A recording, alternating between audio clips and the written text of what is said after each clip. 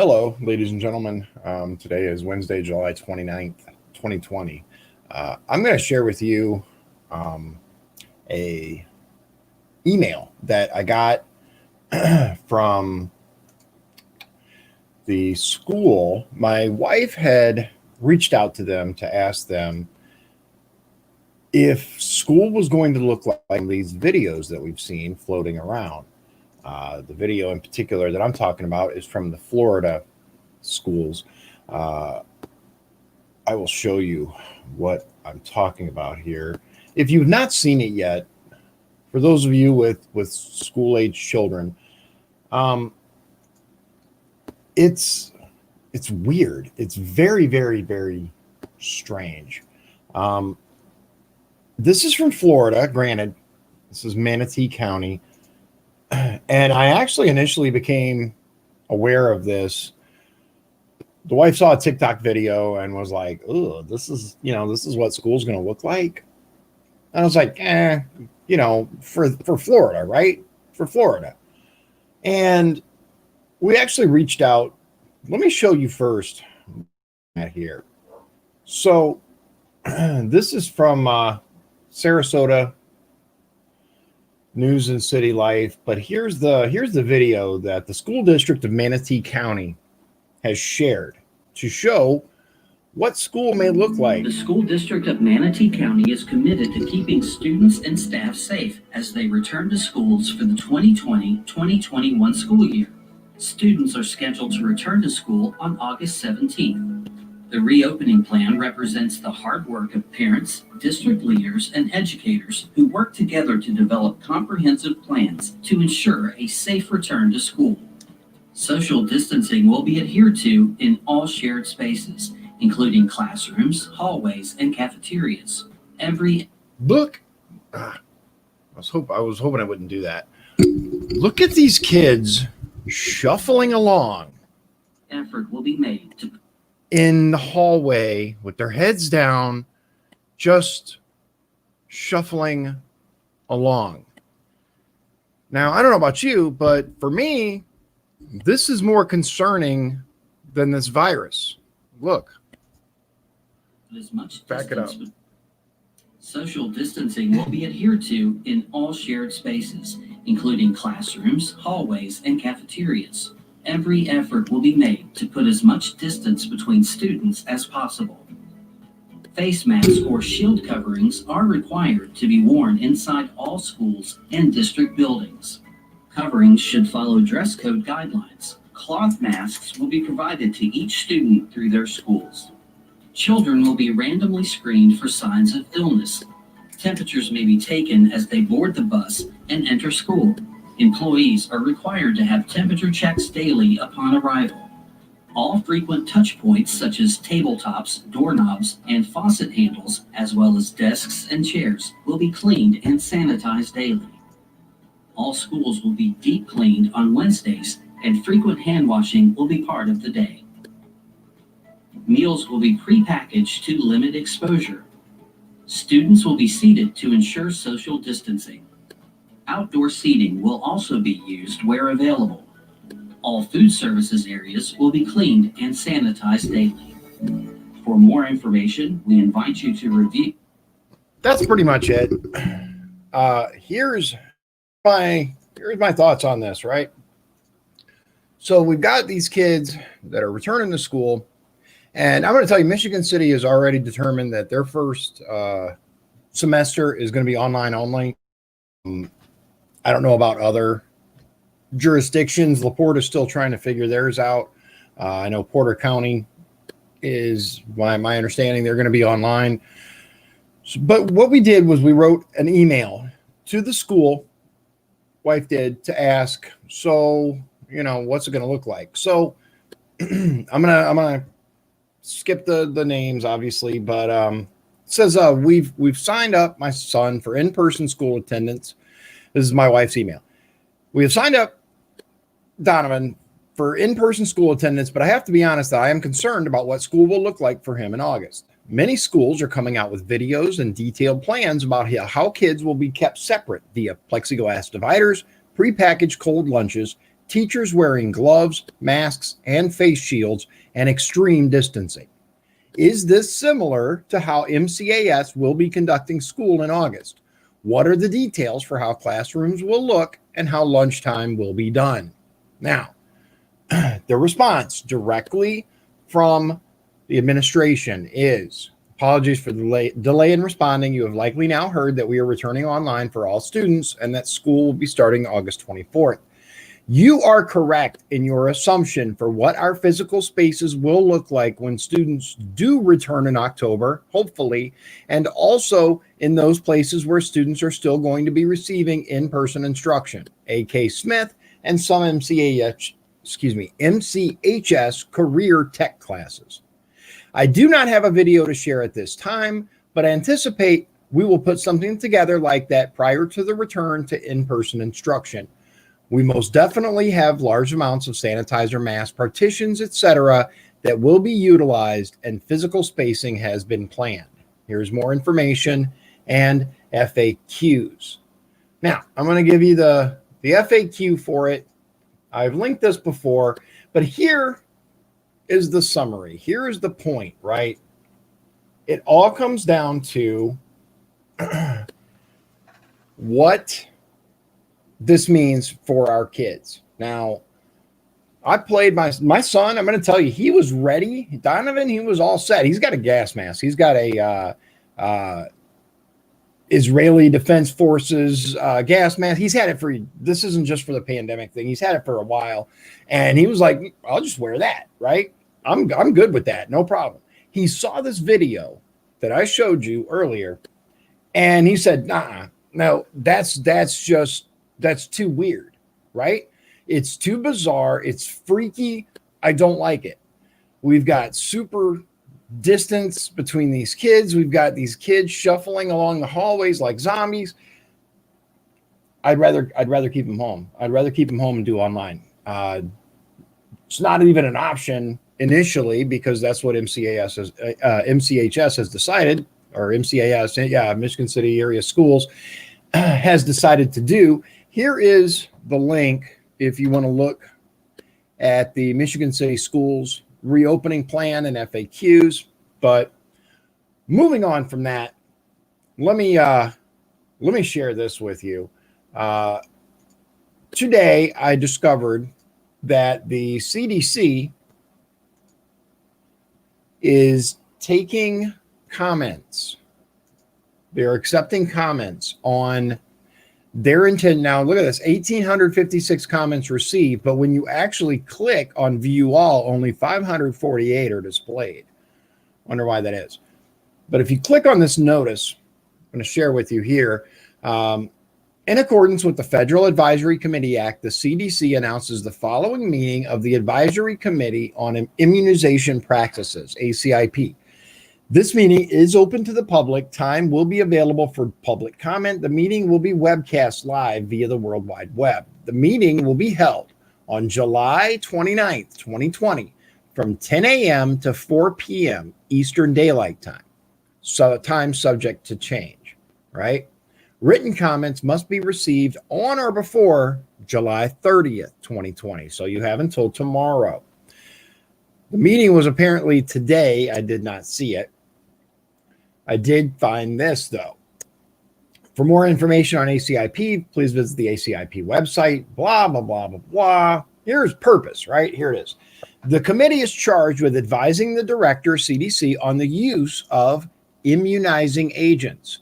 In addition, under 42 U.S.C. 1396S, the committee is mandated to establish and periodically review and, as appropriate, revise the list of vaccines for administration to vaccine-eligible children through the Vaccines for Children program, VFC, along with schedules regarding dosing interval, dosage, and contraindications to administration of vaccines.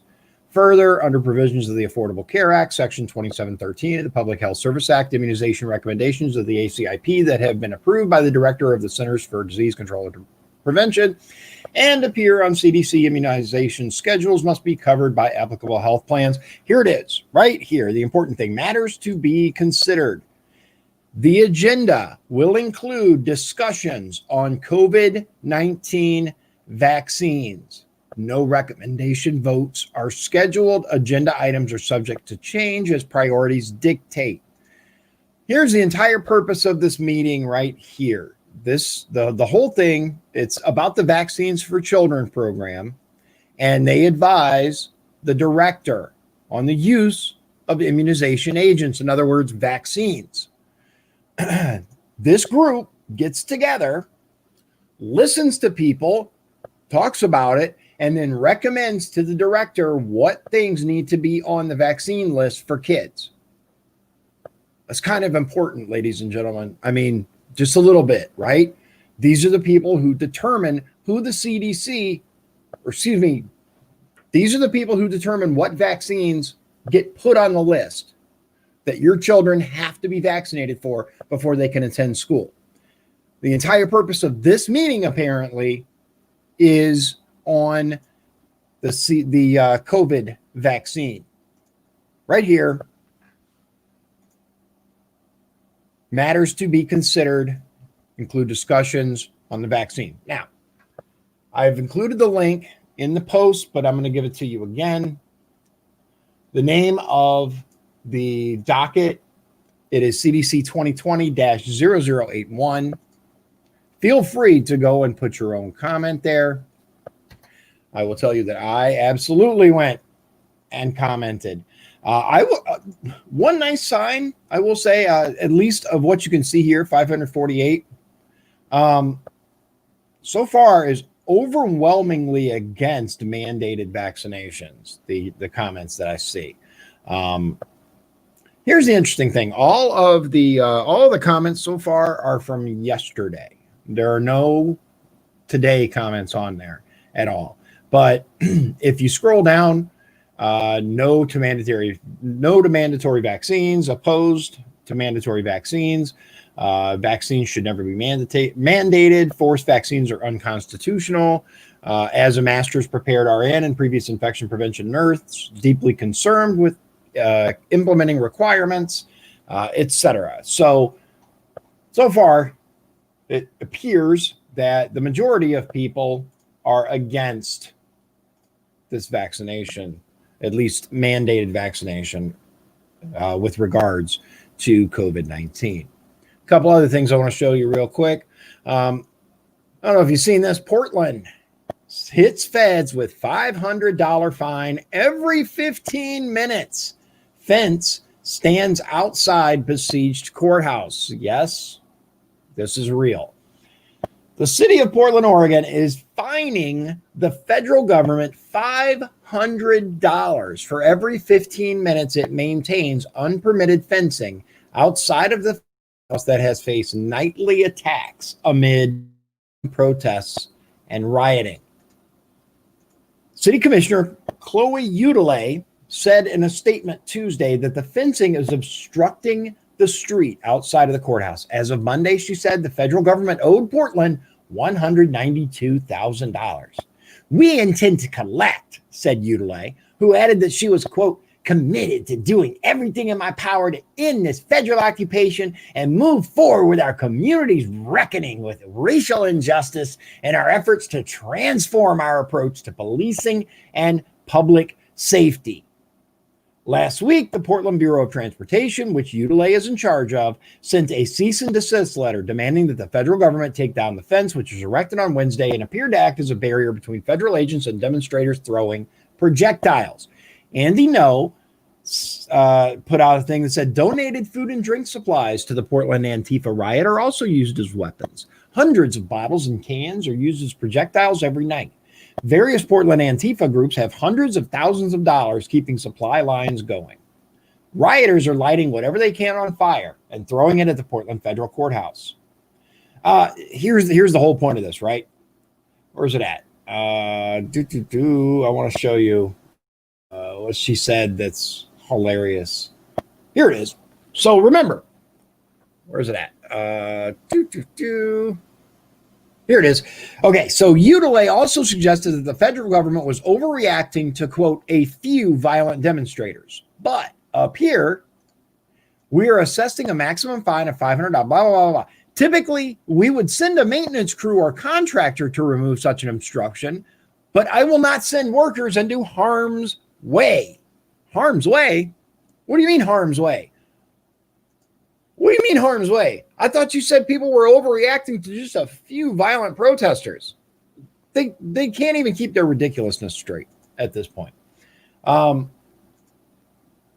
This right here, oh man, I'm not going to be able to show you because it's stupid Washington Post, which is interesting because it worked on my phone. I don't know, maybe it was a different thing, but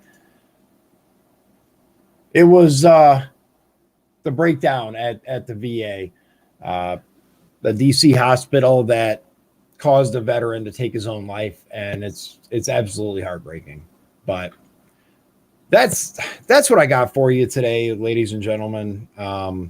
Unfortunately, that's what we're coming to. We have people suing the government, suing the federal government for protecting federal government property. Yes, that's really happening. We have the CDC, who is trying to determine whether or not they want to mandate the COVID vaccine, which, might I add, is not finished, has not been tested, and we know nothing about it. But yeah, by all means, let's talk about mandating a vaccine we know nothing about. Government cracks me up. So with that, I will have more for you tomorrow. I just wanted to touch base on those with you. The school thing really concerns me. I just don't know how our children are going to go back to school. Regular life is a really important key to mental health for our students, our children. And I've seen some disturbing stories about how children are reacting to this kind of information overload when it comes to the COVID.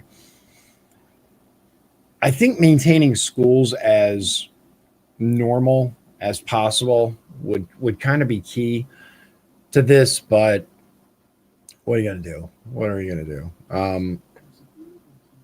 I will tell you this. I don't envy the administrators. I don't envy the teachers because it's a hard situation to be put in.